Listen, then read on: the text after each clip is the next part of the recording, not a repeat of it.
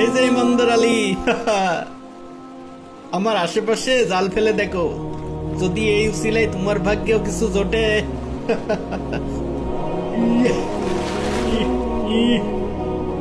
High দেবতা high, কত মাছ দিয়েছো আমায়, এত মাছ আমি একা তুলবো কি করে?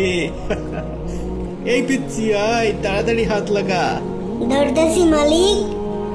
আহা, এ সৌভাগ্য আমি রাখি কোথায়?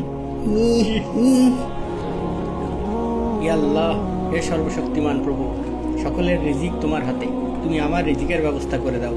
আমার হাতে সংসারের দায়িত্ব, আমার জালেও কিছু মাছের দেখা দাও। ইয়াহ!